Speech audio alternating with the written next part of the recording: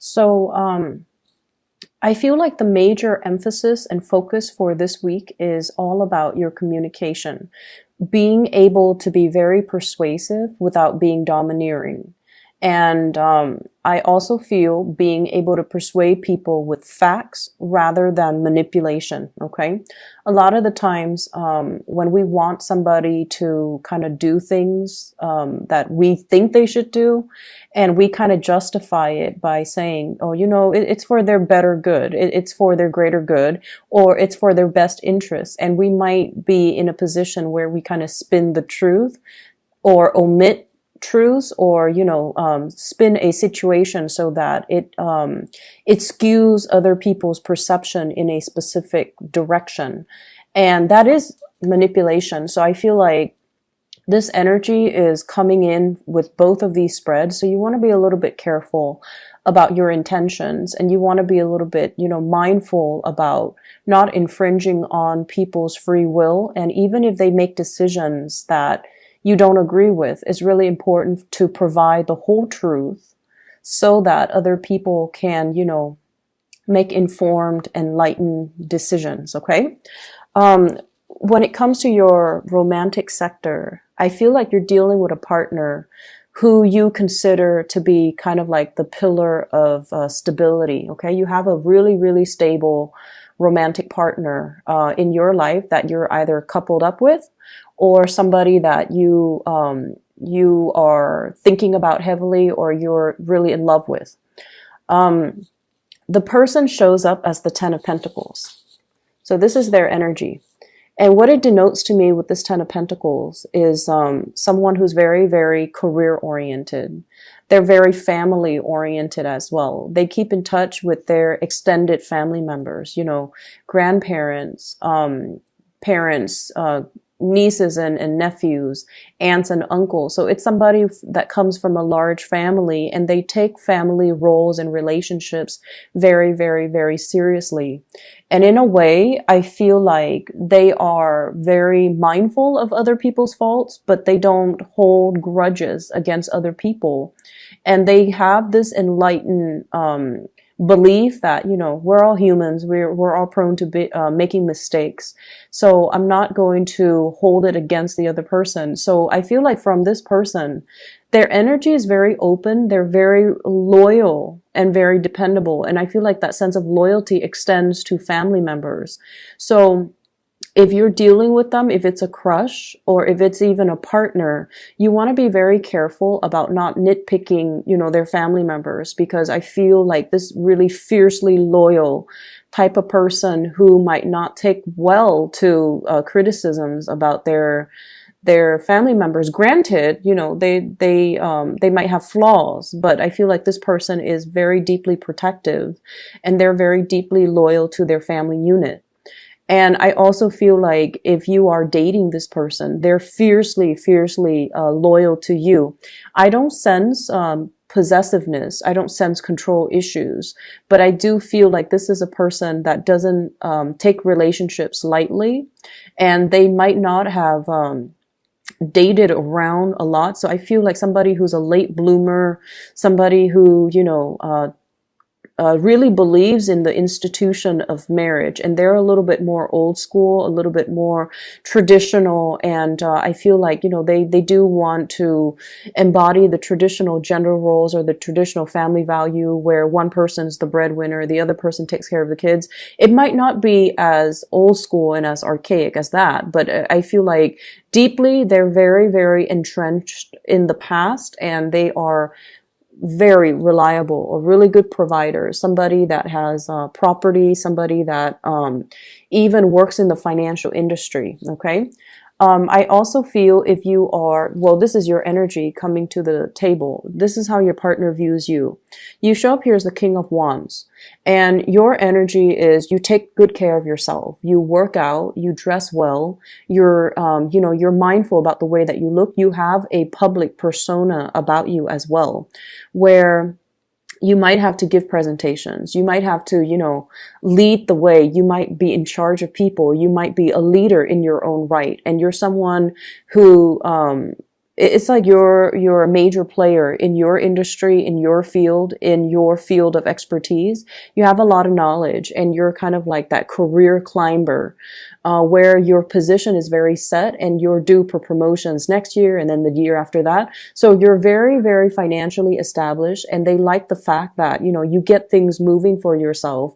You don't sit there and wait for opportunities. You're very proactive about getting out there. This is also feeling a lot of passion towards another person. This is somebody who's protective, who's caring, who's nurturing. They don't overstep their boundaries though. And in general, it indicates to me a lot of passion and chemistry that you are bringing to the table towards another person. If you are dealing with an earth sign, a Taurus, a Virgo, or a Capricorn, I feel like there might be communication issues coming into the picture, and your partner might be very slow to act. You know, with the nature of the Ten of Pentacles is that they're very, very methodical. They're very risk adverse. They don't like to take unnecessary risks. They don't like to deviate from their routine and their norms. And they don't really, they're not impulsive, not very spontaneous. And I feel like you're trying to get a lot of things moving, and this person is kind of dragging their feet. And as a result of it, I feel like there might be, you know, communication issues coming in through here with the Three of Swords, which is harsh words being exchanged, possibly a separation, or even thinking about like arguments between couples that can relate to, you know, the silent treatment, or like that can result in one person withdrawing because they're hurt. So be very, very mindful about how we communicate, because the King of Wands, it's someone who's very proactive, but they can be a little bit forceful, okay?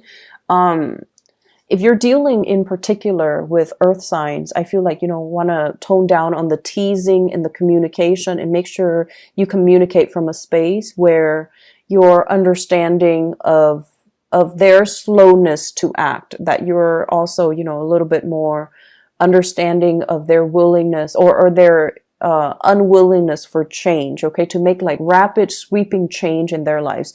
They see you as someone who's able to implement, you know, it's like you don't talk about things, you just do them. You don't sit there and say like, oh, here are my plans. You know, you just get things done. And I feel like your partner is not on the same time frame as you, and it can be a little bit frustrating. I see as well a lot of like missed opportunities between you and a crush. Okay, so we have here the Five of Cups. This is what I call like the heartbreaker card. It's somebody who can be seen as a little bit flirtatious. They are very, very friendly, but their attention is not exclusive to one person. Or at least they're not really aware of how other people perceive them. So I feel there's an element here about, you know, harsh words being exchanged, feeling that sense of regret, and feeling that sense of like, I shouldn't have said that, or, you know, he or she should not have said that to me. So it can create a little bit of an estrangement between two people. And we also have the Devil energy coming through here, which indicates, I feel like, for some of you who are not in well, you could be in a committed relationship, you're dealing with another person that might have entanglements elsewhere. Okay, so they might have a family, they might have, you might find out this week, like somebody you're interested in is already in another relationship. If they've been flirting with you hardcore, then, you know, I feel like you're going to put a stop to that. I don't see third party meddling, but I do feel like there's a presence of third parties, and it's indicated with the Ten of Pentacles, which is a family card, as well as the Devil, which indicates really strong attraction to another person, but it's not really seeing the light of day here with the Three of Swords, mainly because somebody is engaged, married, in another relationship, or, you know, coupled up with somebody else, or they have other arrangements that's disallowing you to come to them, or disallowing them to come forward to you, and for the two of you to come together and date.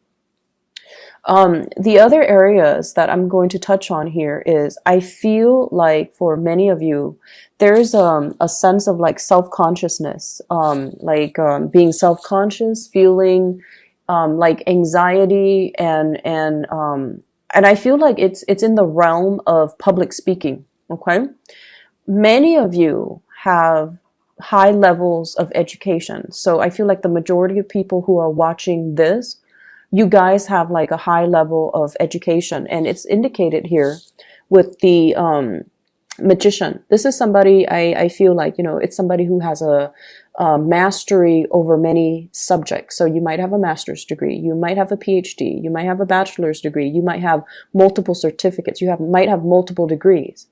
And I feel almost like you're trying to find ways in which to make use of all your skills, okay? And you're trying to, as well, I feel, reach out to a larger demographic. You're trying to reach out to a larger group of people. And what I'm sensing is, with this world card, I feel like there's a lot of hesitation, even though you are a major player in your field. I feel like there's hesitation and reservation from your end about public speaking, about speaking out, about being center stage, about, you know, having all eyes on you. It can make you feel a little bit uncomfortable. And I mentioned before with Virgo people, you're very good at working behind the scenes and letting somebody else shine under that spotlight. You're not an attention hog, you know.